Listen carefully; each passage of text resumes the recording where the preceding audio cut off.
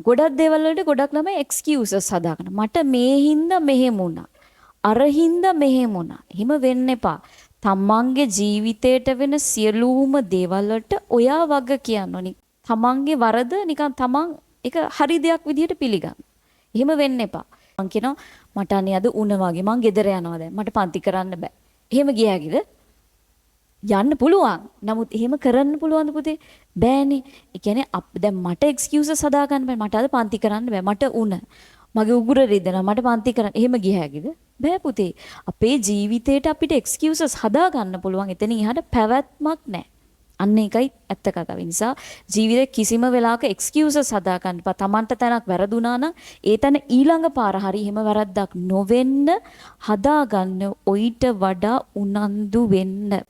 මහන්සි වෙන්න. මොකද ජීවිතේ මං හැම වෙලාවකම කියන දෙයක් පරාජය කියන එක ඕනම මිනිස්සෙක්ට උඩ පැනලා ටක් ගාලා ගන්න පුළුවන්.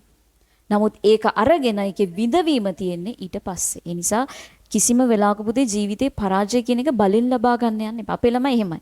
අර ඈත තියෙන එක බලෙන් එන්න මල් ළඟට එන්න කියලා අඬ ගහලා ගන්නවා. එහෙම වෙන්න එපා. ඔයාට පුළුවන්. ඔයාගේ ජීවිතේ වින් කරන්න පුළුවන්. වින් කරන්න නම් තමන්ගේ ජීවිතේ තමන්ගේ ඔළුව හදාගන්න. මයින්ඩ් එක. ඔළුව හැදුන් නැත්තම් කිසිම දෙයක් කරන්න බෑ. තමන්ට තියෙන්න ඕනේ මොන දෙයක් වුණත් අර කියන්නේ මේ හෙන ගැහුවත් Tamanට දරා ගන්න පුළුවන් ශක්තියක් තියෙනවා. එහෙම තියෙනවා නම් ඔයාට ඕනෑම වෘත්තියක පවතින්න පුළුවන්.